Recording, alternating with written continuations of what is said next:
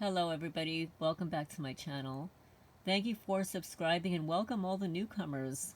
This is Lorraine Alternative Homesteading on November 16, 2025. And I'm going to continue along with the persons of interest, but this is a different Q&A. And the question was, oh, there goes my little image. This is by Sawlight42 on eBay. How can someone find out that they're being labeled, and what can be done to clear a name? How is it abused in communities with jealous people and in real estate mobbing? Below is a grounded, factual explanation of how someone might discover that they're being labeled, quote, a person of interest, how to clear your name, and how informal social dynamics, including jealousy, neighborhood disputes, or real estate conflicts, can create a feeling or appearance of targeting without implying hidden government programs. I will keep this practical, nonsensical, and focus on what really does happen in communities and law enforcement systems. So here's part one. How someone might realistically find out that they have been labeled a quote-unquote person of interest. There is no official notification, but people sometimes figure it out through indirect signs. They'll figure it out through law enforcement if law enforcement contacts you. So it can be like a detective asking just a few questions, a request to clarify your whereabouts, officers leaving a card, repeated visits after nearby incidents. This usually means that you are a witness level but not suspect level. And number two, a background check comes back with, quote, additional screening, unquote. This can happen with employment checks, firearm purchases like the NICS delays, certain licenses, and government contracts. A delay does not automatically mean anything bad, but people sometimes misunderstand it. Sometimes you will be questioned about someone else's behavior. So let's say an investigator asks, do you know this person? Have you seen anything unusual? Can we ask about your neighbor? You might be in the periphery of an investigation. So now you may have also been falsely reported to someone and it's targeted people. We've all been falsely reported about something, right? See something, say something, see, say.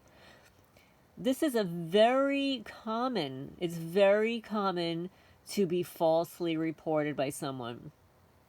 But it's one thing to be falsely reported, but it's another thing when the sheriff or police department won't listen to both sides of the stories and only listen to the false reported statements by somebody who's envious and jealous or an informant. So it's very common. Jealous neighbors, angry exes, boundary disputes, property conflicts, and retaliatory complaints. A false complaint can put somebody on the quote-unquote people. Where did it go? Just go. I just scrolled it. People we need to talk to list. So a false complaint can place you on the quote people we need to talk to list, even if it's baseless. There might be increased police presence around you. This might not mean that you are the focus. Sometimes police are watching someone near you, but people interpret this as I'm the target when actually there's somebody else who's being targeted that's near you. Your name appears in discovery if a case goes to court. In rare cases, somebody learns they were labeled a person of interest only when their name appears in incident reports or subpoenas or in digital evidence logs. So how do you clear your name or correct false information? Well, I've tried to do this. Nobody pays any attention anyway. I tried to do this in New Jersey. I tried to do that here. If someone believes they've been marked unfairly, there are legitimate documented ways to challenge it. These work because records are kept even for minor or mistaken inquiries. Request all local police reports involving you. You have a legal right to obtain dispatch logs, which I asked for, didn't get. Incident reports, asked for, didn't get. Notes relating to complaints made about you, FOIA requested, didn't get. These can reveal whether neighbors repeatedly file complaints, officers have misreported something, or your name was incorrectly associated with an event. This is often the first step towards clearing your name. But of course, nobody, around here at least, and also in New Jersey, complies with providing, even via FOIA requests, any of this information. So then what you can do is file a correction or an amendment request. Every police department allows corrections for inaccurate reports, rebuttal statements, clarifications appended to your record. But since I've provided it, it hasn't been done yet. So if a neighbor lied, your rebuttal becomes part of the official file. It should. Your rebuttal should become part of the official file. Send a FOIA request, a Freedom of Information Act request, to a county sheriff, state police, and local agencies. And you can request all the records referencing your name, calls for service at your address, body cam footage, and CAD logs. This creates what you need. You need evidence of false complaints. You need evidence of misidentification. You need evidence of patterns of harassment. You need evidence of the ability to document the misuse. So if somebody is spreading false allegations, depending on the severity, there's a defamation letter. You can send a cease and desist. You can ask for a restraining order, a civil claim for harassment. Document everything. If you suspect you're being retaliated against for real estate reasons, collect valuation changes. That's right. Zoning complaints, nuisance notices, code enforcement visits, 911 calls involving your address, tampering, trespassing, or vandalism patterns. There are documented cases where community members try to push someone out by social pressure, coordinated complaints, rumor spreading, nuisance reports, and sabotaging property sales. This is not intelligence agency level targeting. But real estate mobbing and harassment absolutely occur, and it's well documented in civil courts. So how does a quote-unquote person of interest labeling, how is the labeling of a person of interest abused in communities?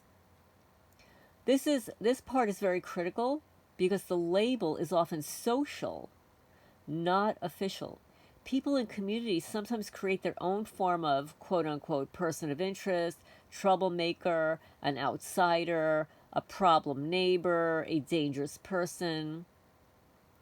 And this usually happens through gossip, jealousy, retaliation, or property disputes.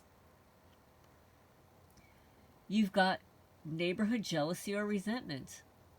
People get labeled unfairly because they are successful, business ownership, being new to the area, refusing to quote-unquote fit in socially, property improvements that others envy.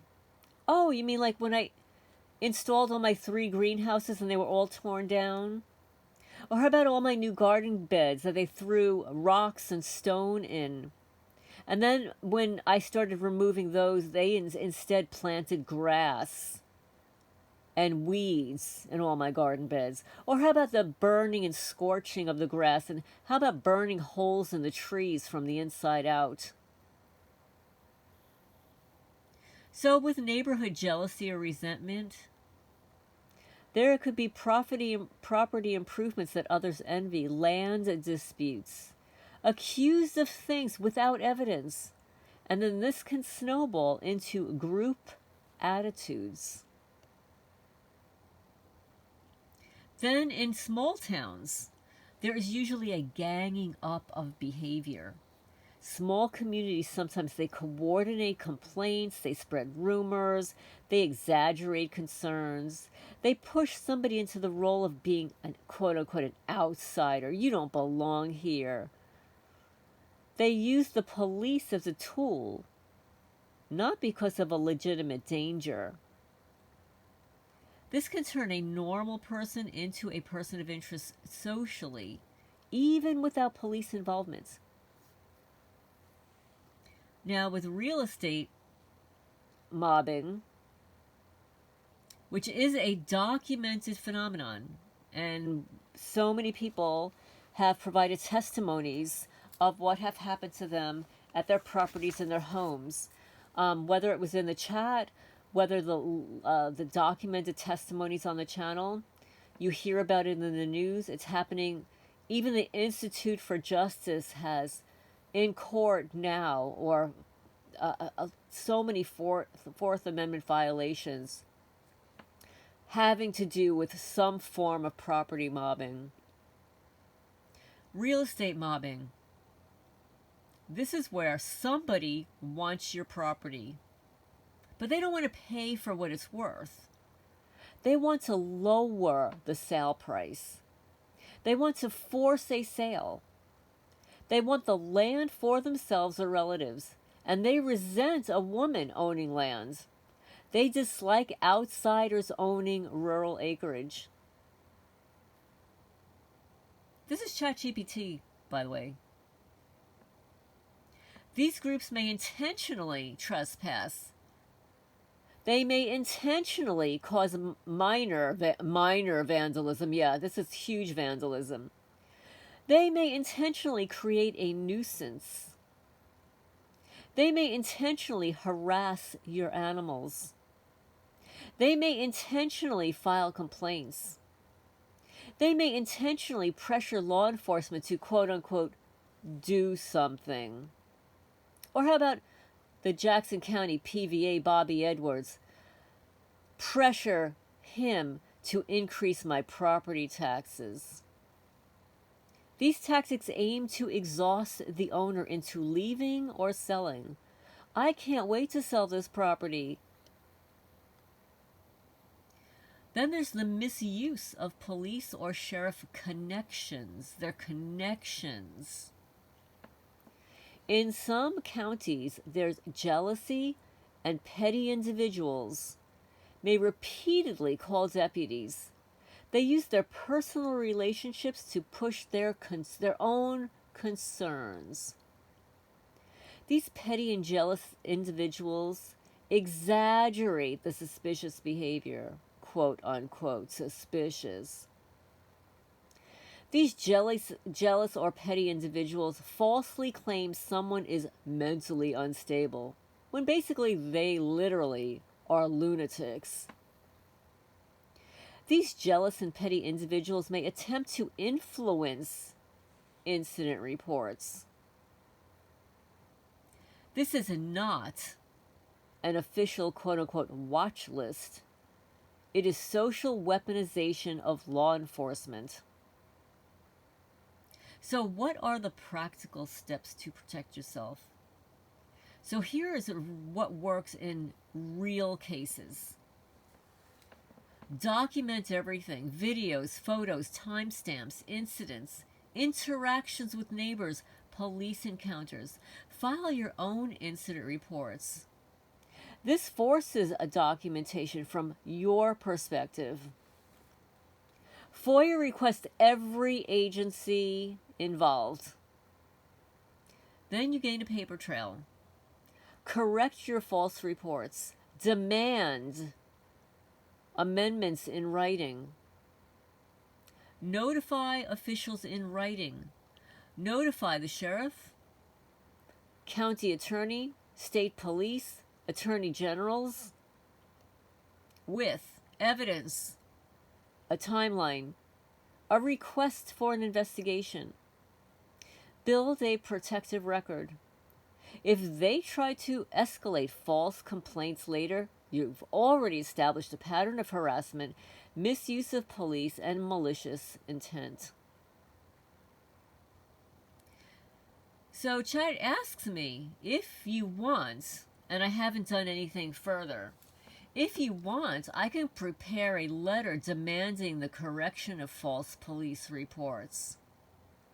How about a statement to file with the sheriff or state police? How about a FOIA request targeting the misuse of your name? Would you like me to prepare a harassment timeline document? How about a formal report for an attorney or a journalist? Or how about a real estate mobbing documentation template? Those were the options that I was provided, but I thought you would find this interesting.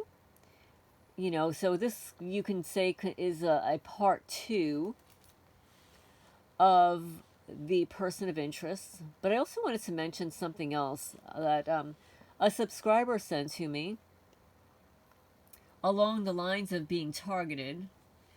So many people are spreading these unusual numbers of who's targeted in the US. What's the percentage? How many people? How much is it worldwide? Well, this was a very interesting perspective. The 2% rule. And thank you, subscriber. I won't mention your name. He says, I just did the math on the 2% rule.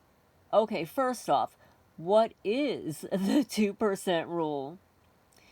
It's a pivotal point, whereas the outcome changes as it starts to enter that change. For example, digital currency or the war of independence, once they get 2% of the people to accept crypto's currency, possibly of others to follow becomes greater. So there would be a greater number of people to follow once at least 2% of the population agrees to the cryptocurrency. But only 2% were involved in the overthrow of the British Empire here on our own soil. Even in religion, even in Christianity, the 2% rule would be the standard as a foothold to persuade the masses. What do they fear most? The deletes. What do they fear the most? They fear the 2%, those free thinkers. That's who the program was designed for and implemented against, the 2%. So here's the math. 2% of 7 billion people equals 140 million, which would be the worldwide number of suspected targeted individuals. Carry that over here in the United States would be approximately 2% of 350 million. And I did the math, and that trickles down to there being 7 million targeted individuals in the United States alone. 7 million. I had considered that it was close to 8, around the 8 number, but this makes sense, you know, even on a lower number. Thank you so much for this 2% rule. And persons of interest continued. Leave a comment down below if you found this interesting. You can feel free to share it to your own channel. and hit the thumbs up. It helps the channel grow and get the message out there. Anybody that wants to donate to Freya's Cat Rescue, we've got a Chewy.com account where you can purchase a gift card starting at $5, and they will send us the gift card, and we receive the full amount of money. Through PayPal, they take a little over 2%. Cash App, they give us the full amount. And PayPal Giving Funds, they also take a little bit of a percentage. But I appreciate anything you guys send our way. We had raccoons out today. Huge possums. Now, I know some of you guys say that, you like possums, or somebody, I think, has a possum. This possum will see the outside cats eating cat food and sneak up behind the cat and bite it. I've witnessed this now 2 times. I don't like that. So anyway, that's what's happening here in Kentucky, and I look forward to your comments down below. Anybody that would like to provide a written testimony, you can email me at alternativehomesteading@gmail.com. Signing off for now.